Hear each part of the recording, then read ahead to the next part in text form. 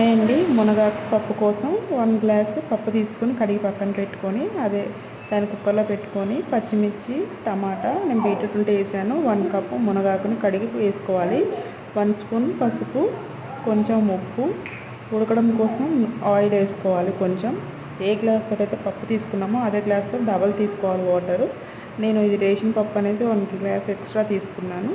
దీన్ని మూత పెట్టేసి 3 విజిల్స్ వరకు ఉడకనివ్వాలి. దాని తర్వాత పోపు కోసం 1 టేబుల్ స్పూన్ ఆయిల్ వేసుకొని జీలకర్ర, ఎండుమిర్చి, వెల్లుల్లి, కొంచెం కరివేపాకు వేసుకొని అవి వేగినాక మనం చేసుకున్న పప్పుని అందులో వేసుకోవాలి. నేను చింతపండు వేయలేదు, టమాటా వేసానని. కావాలంటే కొంచెం వాటర్ పోసుకొని లూజ్గా చేసుకొని లాస్ట్లో కొత్తిమీర వేసుకొని గార్నిష్ చేసుకుంటే చాలా బాగుంటుంది. ట్రై చేసి చూడండి. Thank you for watching. Please subscribe my channel. Thank you.